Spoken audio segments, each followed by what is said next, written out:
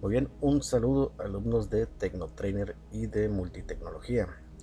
Vamos a dedicar otro video a hablar un poco sobre comparación de procesos, en este caso del lado de automatización industrial, que es este de aquí, integradores básicamente, y los programadores comunes, ¿no? Los que programan apps, los que programan videojuegos, hardware, firmware, cosas así.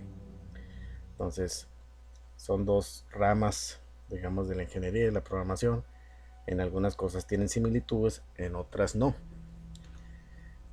Entonces, ¿qué diferencias? Yo básicamente pues he trabajado en las dos áreas, entonces puedo comparar y es lo que quiero compartir. Les voy a empezar por el lado del análisis. ¿Qué diferencia tiene, no?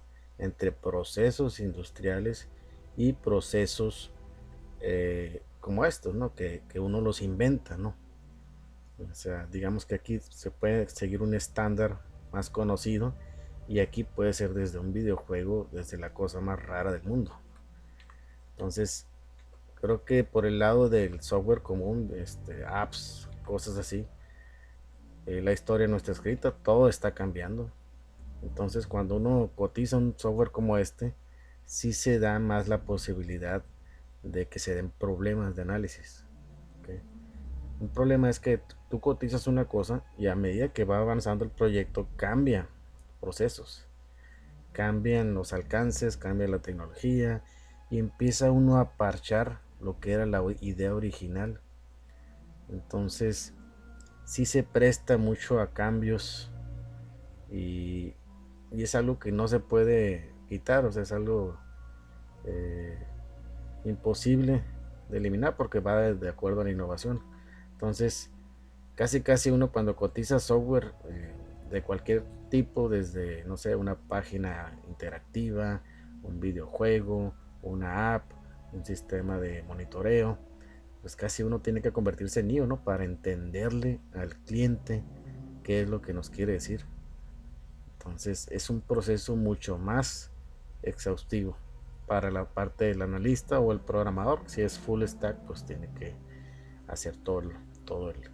Entonces, si se presta, como les digo, un sistema de este tipo. Imagínense un ERP, ¿no? Que son los sistemas, pues tal vez los más grandes. El solamente entender cientos de tablas, ¿okay? Toda la estructura de datos para poder hacer una propuesta desde cero pueden ser meses, nada más para hacer el planteamiento, la arquitectura, los servidores, la redundancia. O sea, es por eso que en estas áreas de programación el análisis se debe cobrar cuando es muy largo, porque a final de cuentas es un estudio sobre requerimientos del cliente. Entonces, si el proyecto se aprueba o no, ya eso es otra cosa, ¿no? Entonces, por eso, pues esta es la principal diferencia que yo le veo a los procesos industriales. Por ejemplo, si a ti te invitan a cotizar la parte de automatización de una mina que está operando en manual, entonces a ti te dan un tour por la mina y te dicen, ¿sabes qué? Mira, todo empieza con una voladura por acá, van los yucles, levantan la piedra, se la traen y aquí empieza el proceso. Cae a la quebradora empieza pues a romper las rocas más grandes. Esto empieza a entrar una área de trituración. Bueno, en algunos casos ya hay molinos aquí. Se va por las bandas. Okay. De las bandas entra a otros molinos, pues de ahí depende mucho el proceso. Y de los molinos pueden entrar los tanques de lixiviación, en donde se le echan los ácidos, los venenos en realidad.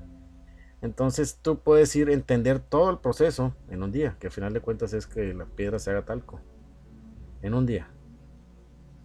Ya más o menos, no, pues sabes que son tantos variadores para los motores, son tantas eh, pues, PLCs, entradas, salidas, sensores, todo. Entonces la parte del proceso aquí se puede entender mucho más rápido. Aparte que no varía mucho en la área industrial, tú lo que quieres nada más es un historial de alarmas, por ejemplo. ¿Qué pasó? ¿Por qué se detuvo? No tienes qué operador fue el que se registró y eso ya lo traen todos los software, los SCADA, los HMI ya lo tienen. Entonces básicamente aquí a la hora de cotizar lo complejo es, elegir qué equipos vas a ocupar, si va a ser un PLC de baja gama, de alta gama, de media gama. Entonces, qué tipo de variador, si te va a dar, si el variador te va a levantar los motores que vas a tener aquí. Es un análisis más de eléctrico y mecánico a la vez. Entonces, esa es la principal diferencia que yo le veo yo, ¿no? Entonces, las redes también, a ver qué redes vas a meter, por dónde las vas a meter, porque ahí en el área industrial sí se usa más las redes de cableado por cuestiones de seguridad. En otras cosas es muy inseguro también, hay que decirlo. Luego hablaremos de eso. Entonces, otra parte por el lado de la programación, en el caso del ladder, ya no tanto el análisis, se supone que si tú lo implementas en un diagrama eléctrico real con las bobinas, los contactores, todo eso te va a funcionar exactamente igual. ¿Okay? Entonces le puedes entender puedes reutilizar mucho código de procesos anteriores, por ejemplo, el autoenclave, por ejemplo, para arrancar un motor, todo eso ya puedes tener un bloque ya listo para programar y nada más estar repitiendo ese proceso, ¿no? Porque no cambia tanto, ¿no? Un proceso, no sé, ósmosis inversa, posiblemente no va a cambiar y es lo más seguro, ¿no? Pueden pasar 20 años y queda igual. Entonces, mucha lógica se resuelve mucho más fácil con el ladder de PLC que con las líneas de código acá, ¿no? Es mucho más entendible. En 2 segundos ves esto y ya lo entendí, ¿no? Sabes que pues si esto, te imaginas la corriente, cómo va a pasar. Yo recuerdo mucho cuando salí de la carrera y yo ya programaba en, en ese tiempo era Turbo C y Visual Basic.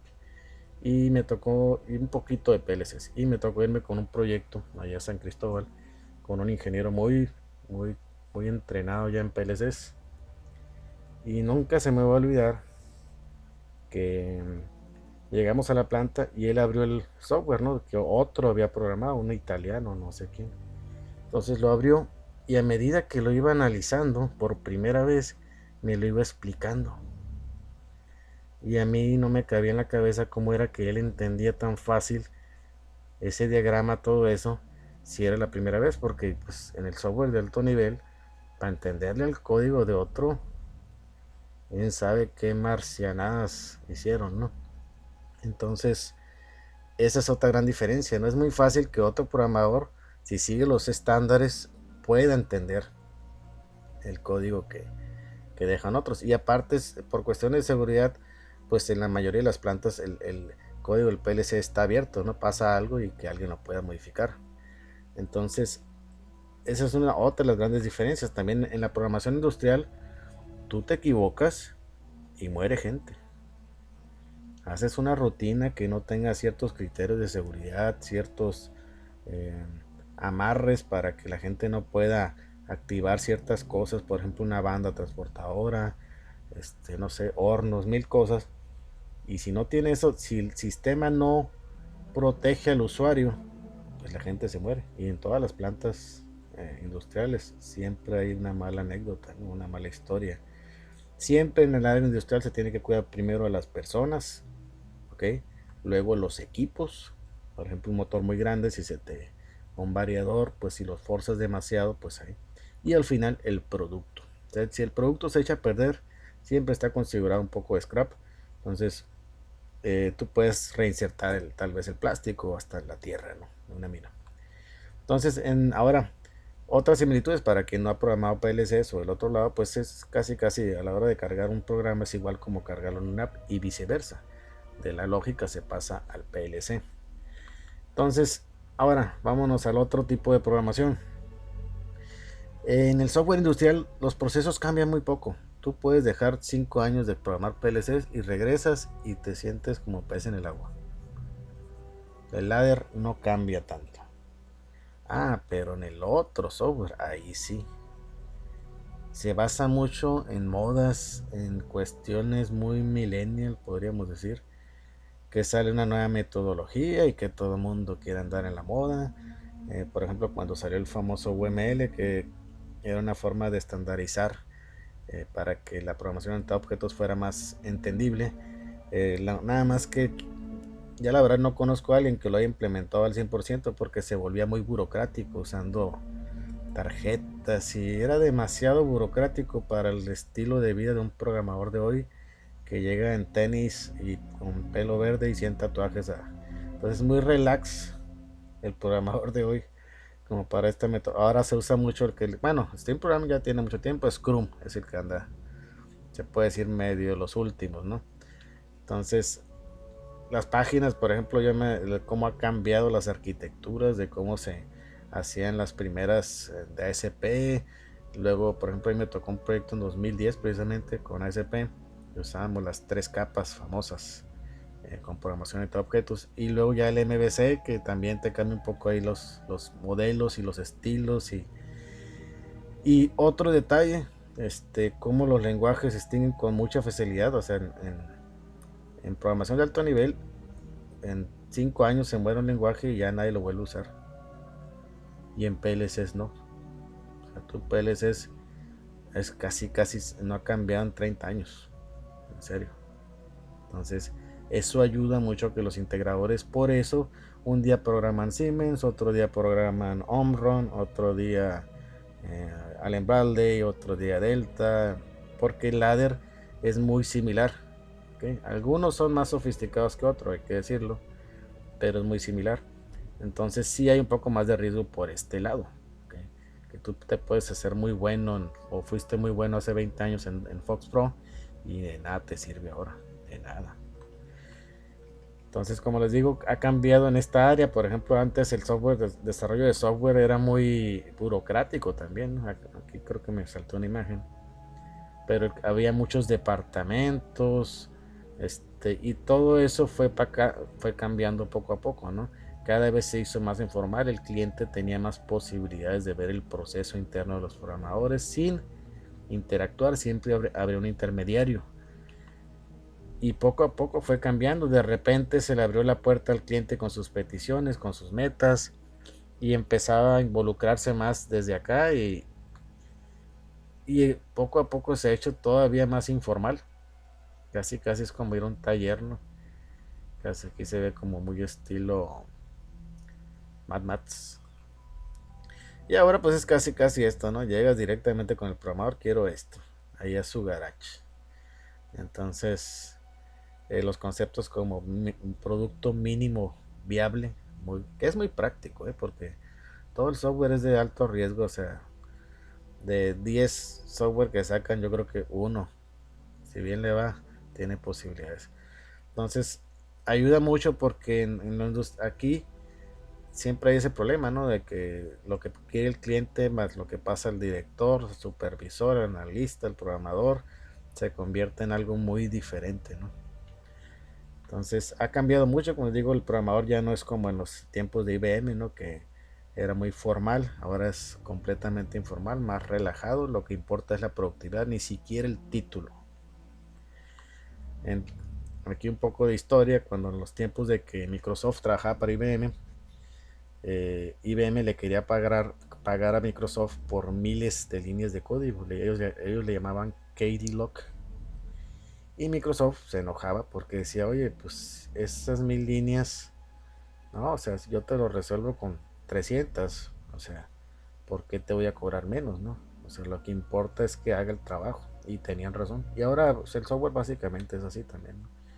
Entonces, sí es una gran diferencia. El software de alto nivel sí tiene más ese problema de que si tú no te actualizas, adiós. Y en el software industrial puedes durar hasta 10 años sin haber programado un PLC y regresas y en 2 días estás en la jugada otra vez. Entonces, sí es como le digo, otro de los cambios, ¿no? En el software de alto nivel, que ahora está que el frontend, que el backend, que mil cosas que hace 20 años no existían, ¿no? Porque también no estaba el internet tan floreciente como ahora. Entonces, pues básicamente este es los comentarios. Un saludo y nos vemos.